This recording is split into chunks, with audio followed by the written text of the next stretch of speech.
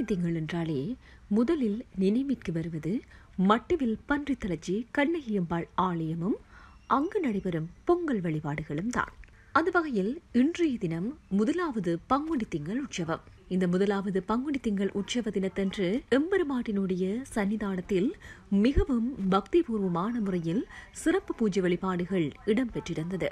பன்றித்தலச்சி அம்மன் கோவில் யாழ்குடா நாட்டில் உள்ள வரலாற்று புகழ்பெற்ற கண்ணகியம்பாள் ஆலயங்களுள் ஒன்று. இது யாழ்ப்பாணத்தின் தென்மராட்சி பகுதியில் சாவகச்சேரி புத்தூர் வீதியில் உள்ள மட்டுவில் கிராமத்தில் அமைந்துள்ளது.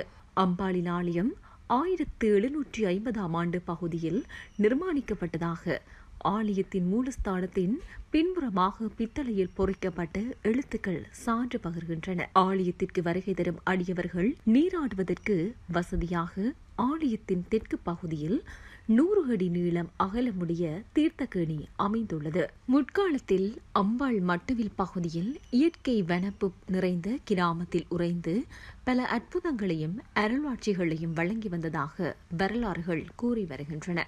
இவ்வாலயத்தில் பறையடிக்கும் பக்தனொருவன் தனது குலத்தொழிலான புலைத்தொழிலையும் செய்து வந்தான். அன்றொரு நாள் அவனறிந்த கூறிய ஆயுதம் இலக்கு தவறியோ அல்லது திருவருட்செயலாகவோ பசு ஒன்றின் மீது பட்டது. உடனே அப்பசு துடிதுடித்து இறந்துள்ளது. அம்மன் மீது அளவற்ற பக்தி கொண்டு அந்த பக்தன் வருந்தி பின்னர் தெய்வத்தின் துணை இருக்கின்றதே என்ற துணிவோடு அந்த பசுவை ஆலயத்திற்கு தென்கிழக்கு பகுதியில் புதைத்து விட்டான். நடந்த சம்பவத்தை எப்படியோ தெரிந்து கொண்ட மாட்டுக்கு சொந்தக்காரன் பக்தன் மீது நடவடிக்கை எடுத்தான். பசுக்கொள்ளை புரிந்த பாதகத்திற்காக தன் மீது சுமத்தப்பட்ட குற்றச்சாட்டுக்கு பயந்த பக்தன் தனக்கு அபயம் அளிக்கும்படி அன்னையிடம் வேண்டினான்.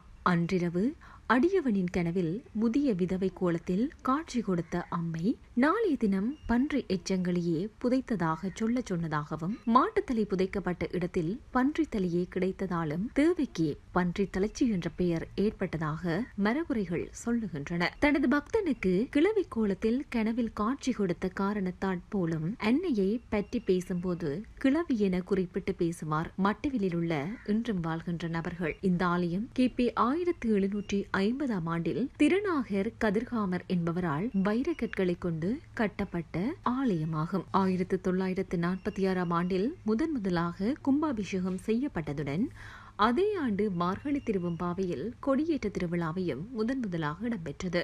1952 6 கால நித்திய பூஜைகள் நடைமுறைக்கு வந்தது. திருவம்பாவை முதல் நாளில் கொடியேற்றத்துடன் ஆரம்பமாகி தொடர்ந்து 10 நாட்கள் திருவிழா சிறப்பாக இடம்பெறும். யாழ்ப்பாண பகுதியில் உள்ள சைவ மக்கள் பங்குனி திங்களில் அம்பாள் கேணி தீர்த்தத்தில் தலைமுழுகி பொங்கலிட்டு கோவில் வாசலில் தாங்களே படைத்து வணங்குவார்கள். பொங்கல் தலமாகவும் திருப்பச் சிறப்பும் மூர்த்தி பெருமையையும் ஒருங்கே வாய்க்க பெற்ற தலமாகவும் மட்டுவில் பன்றித்தலச்சி அம்பாள் ஆலயம் சிறந்து விளங்குகிறது.